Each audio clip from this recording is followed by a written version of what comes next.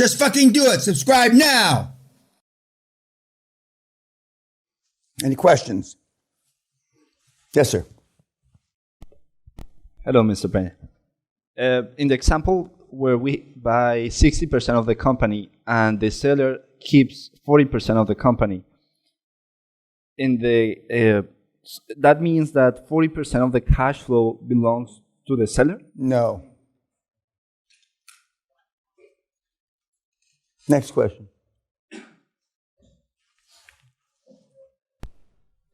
Question around Steve Ballmer, Optimum. Around what? So say that again. You said again. Around. You said around. Yeah, Steve Ballmer. Ballmer? Yeah, Optimism. Oh, Steve. Yeah, Steve. Optimism as a force multiplier. My question is, do you see if you're overly optimistic, there can be a downside when doing QLA? No. Okay. I don't think I've ever been asked that question before. But again, 99% of the questions you've asked aren't going to happen. There's only one guy in the room that might remember 15-cent McDonald's hamburgers. It's the curmudgeon man. And you know, I had a note on my, I went back and I could look at your files after I talked to you. And you were with the IRS. Pardon me? You were with the IRS. I worked there, yes. Okay. Well, you might be old enough to remember one of the senior IRS people came here in the 90s to the seminar. And I worked with her. And I worked with her for a slogan. And this was before your time. It says, I'm from the IRS and I'm here to help.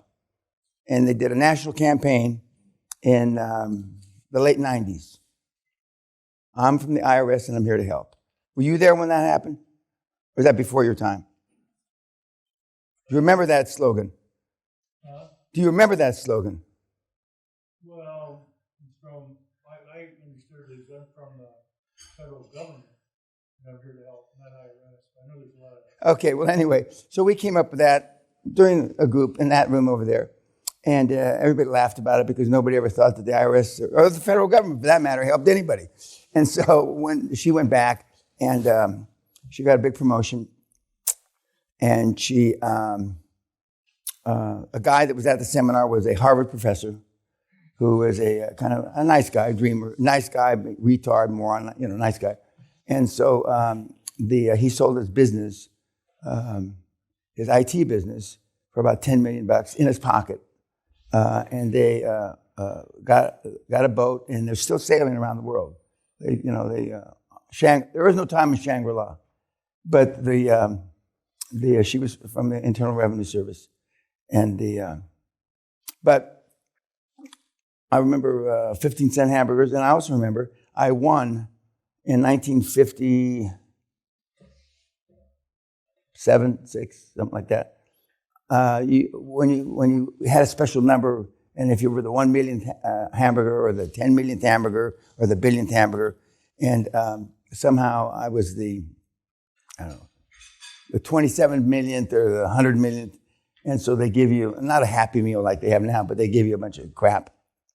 And of course, I call everything crap.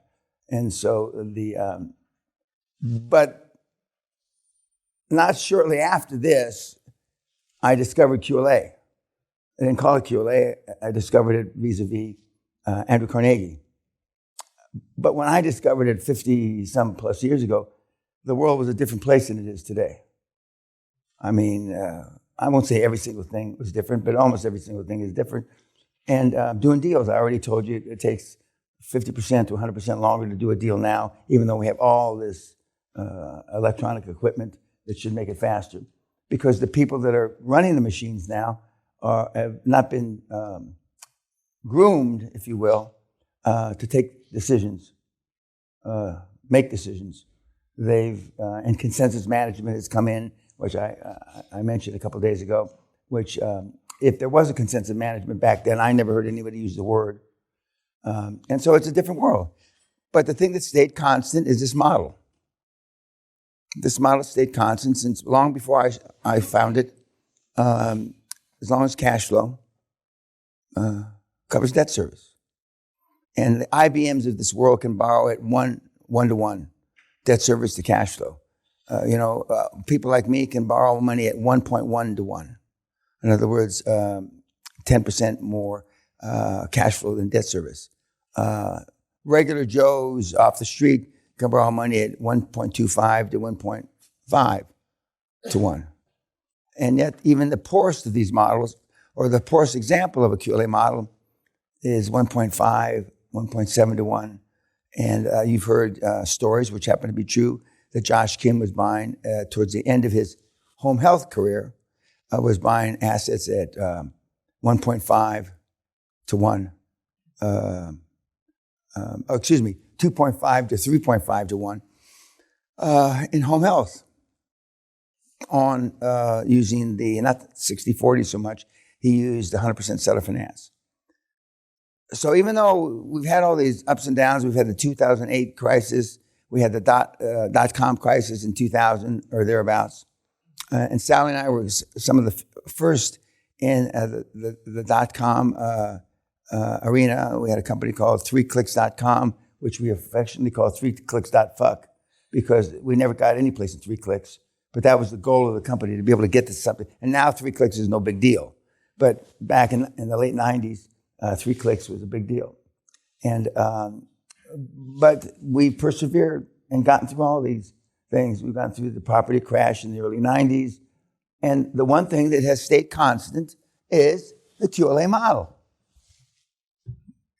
All these changes in finance, and now, of course, we have Bitcoin, we have art funds, and we have all these things. But the one thing that stayed constant is this model. It's never varied. And you can't say that about many things. You just can't. And yet, we still have the smallest following, bar none. Suicide pacts on the black web have a bigger following than I do. Where you all sign up to kill yourselves.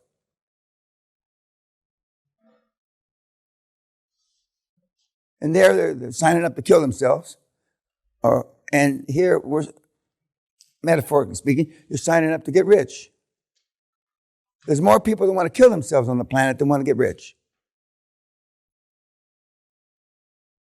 So like this old McDonald's, Roy Disney, not Roy McDonald. Roy Disney, a little bit after this time frame, I met Roy Disney. A lot of people say that he was the real brains behind Walt Disney. I don't know that for a fact. But we're sitting on his yacht, 140-foot or 80-foot yacht in Connecticut. And he said, when value is clear, Mr. Peña, decisions are easy. When value is clear, decisions are easy. And I was thinking about Burka bitch back there from Lebanon, was asking me, how come there's no slags, there's no cracks, there's no tits? How come we got no tits, testimonial tits? Isn't that right, Burka? Well, the women don't want to give testimonials because they have low self-esteem.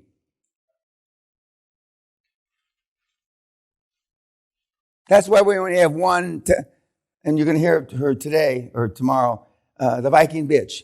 They have low self-esteem. Low self-esteem is packed into women. It's in their DNA. So we have a number of success stories from women, but nobody wants to talk about it.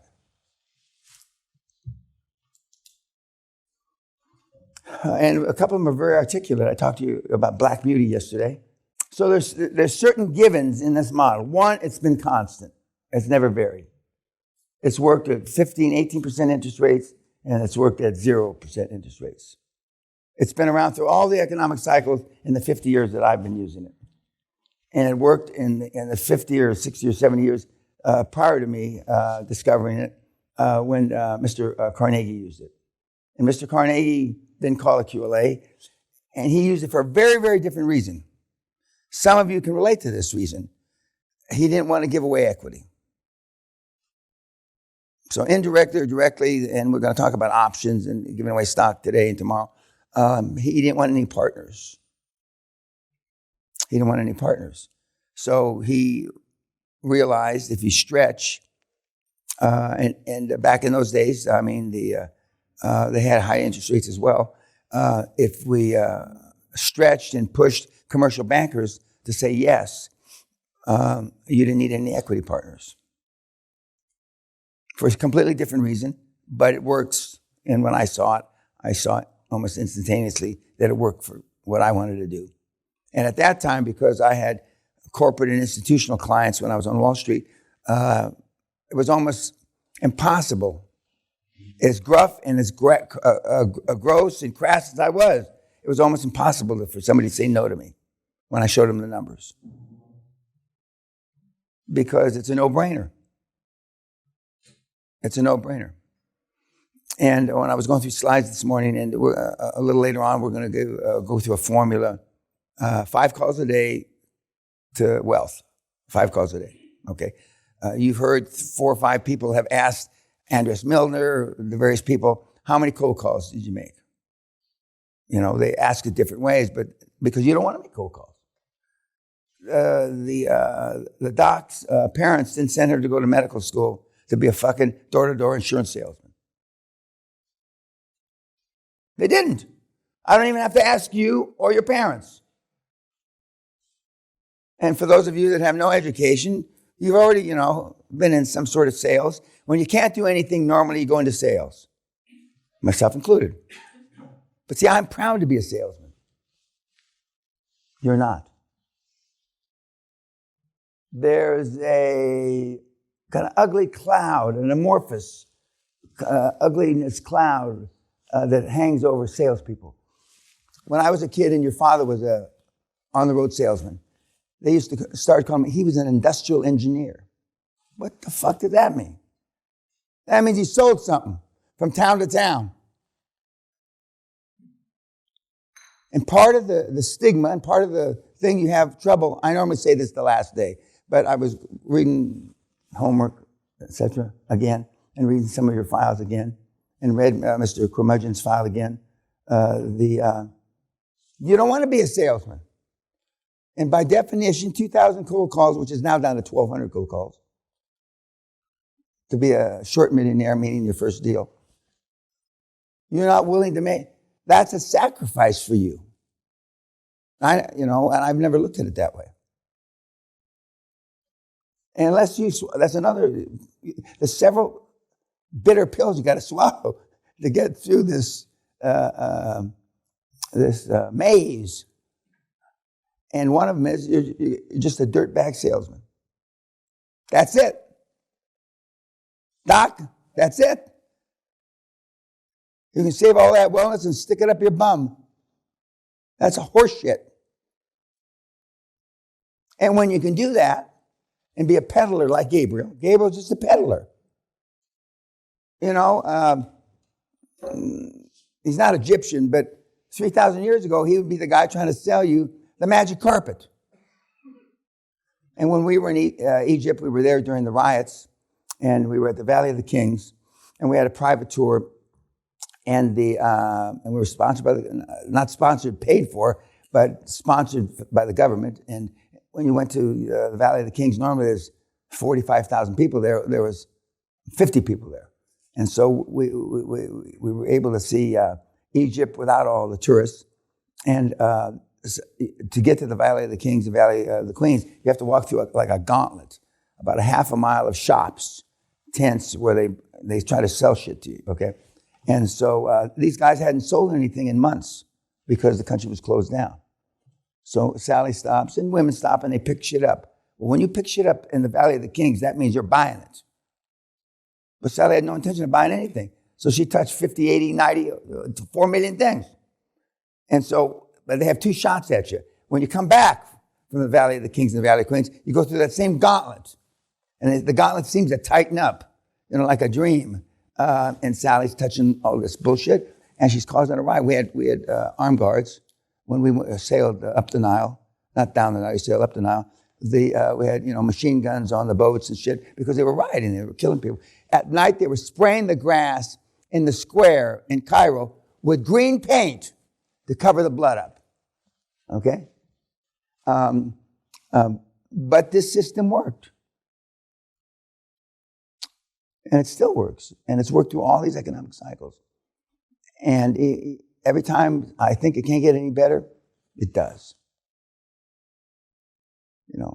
I'm not saying that, God gave me Corona, but I'm not sure I didn't want God to give me Ukraine, but I have a lot of side issues with Ukraine because I don't believe all that shit. I want you to take their family in and let them stay with you. And then when you wake up with your throat fucking cut, I can't wait for the white papers that are going to be written in the years to come, for all the good-natured goody two-shoes that took all these people in. The rapes, the plunder. I can't wait to read that shit. But that's aside, that's me. But the fact is that there's always something bad in the world that's happening. It may not be bad for you or you or you, but it's bad for somebody. I mean, when I went to Israel, again, with the government, and I went to the West Bank and all these things, in my opinion, both sides say it's never going to be cured. Yet they get on the news and they're working on some sort of peace agreement. Well, they've been working on peace agreements for 60, 70 years. But all through that, QLA works in Israel. It works in Egypt. Can you make it work in Cleveland? Can you make it work in New Jersey? Can you make it work in Washington, D.C.? Can you make it work in Hawaii? Well, that's the question. And it's always the question. You see all these people, and the Lebanese lady who said, how come there's no women up here? And I went back and I thought about it, and of course I knew the answer instantly, but I didn't give it, because the women have lower self-esteem than the men, and the women don't want to put their name forward and talk to you. And the Viking bitch is just the opposite. She's a man with tits. She's an alpha male, but she's a female. And she's got extraordinary leadership skills. Last night you saw Steve. Again, he doesn't know anything about fucking computer. I'm not even going to ask. I don't give a fuck what you think. He doesn't know anything about computers. He never did. He never will. He's just a great salesman, alpha male salesman that jumps around a lot. And having spoke at Oxford, not dissimilar to what he did, and as he said, he was nervous because he knew it was going to be on YouTube forever, and so it's the first time he's ever made a speech without saying, fuck, shit, cunt. We used to go through a section in the seminar, we don't do it anymore, about 90 minutes, going back to the icons and like a Balmer, where he's been in court. He says, he said about Allen, the former CEO of AT&T, I'm going to rip his fucking lungs out and shove him up his wife's ass. That's what he said in Discovery, testimony. And then the lawyers are jumping up and saying, what Mr. Ballmer meant to say, which a lot of lawyers meant to say. He didn't really mean the lungs figuratively. He was, and they try to explain away that, and then managers that send him or give him bad information, he throws computers at, throws chairs at, try to throw out the window. And then there's you, who wouldn't say shit if it was in your mouth.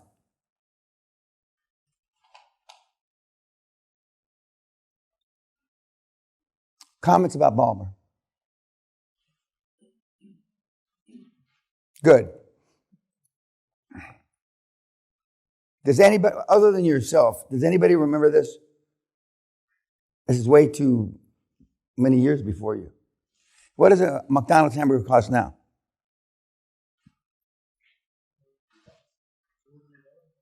Yeah?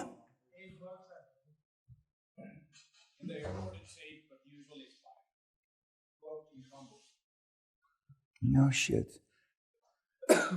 When I came back from the military, I used to have lunch at McDonald's every day.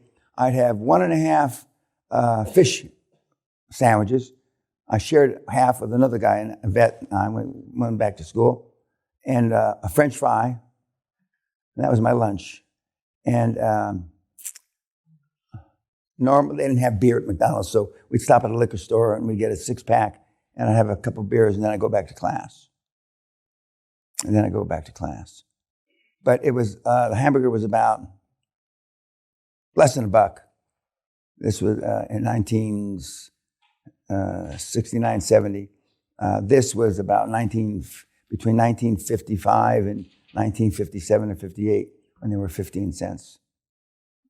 When I went to Disneyland in the summer of 1955 when it opened, because my father was a policeman, he got free tickets. Otherwise, we couldn't have afforded to go. And the tickets, at that time, they had an e-ticket, which meant you could ride all the rides. And that e-ticket cost $2.75. I remember it well. A few years ago, we took our older son, our special needs son, to Disneyland, Sally and I. And we didn't know they had liquor on in the Happy Land. So about 10 years ago, and we're standing, and he's going on rides, blah, blah, blah. And then I saw somebody walk by that I could smell alcohol in their breath. And I asked one of the dipshit Mickey Mouses that are running around, and he said, "Oh yeah, we have alcohol now." Where are the signs? There's no signs. It's over there. And so then Sad and I sat in drinking margaritas in the afternoon, waiting for Danny to finish up. But it's a completely different model. And now, it costs a lot more than $2.75 for the equivalent of an e-ticket.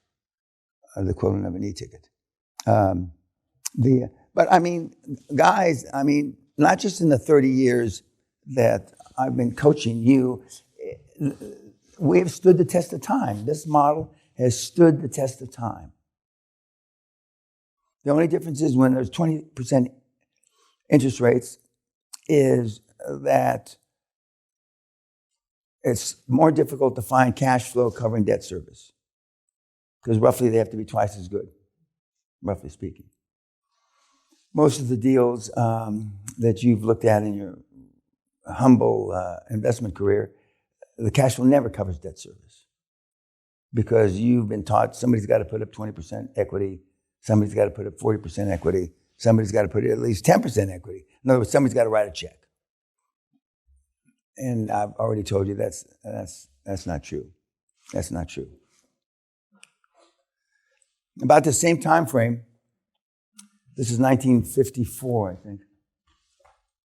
59, excuse me. I didn't really know that my dad was trying to expand. And again, I was looking at the weekly reports, and I still get weekly reports from guys that don't have to send them to me. And a mentee from 2020, October 2020, sent me a report, and so I read it in preparation for you guys. And he was here 2.5 years ago.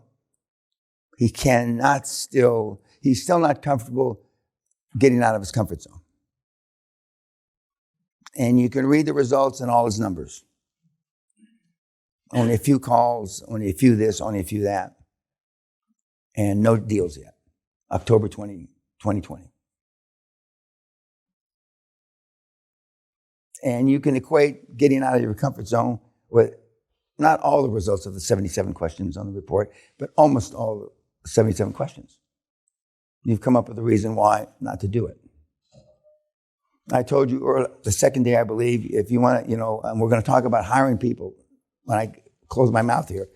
If you never want to have a problem with employees again, first when you go back, if you have any employees, give them this test, half will quit.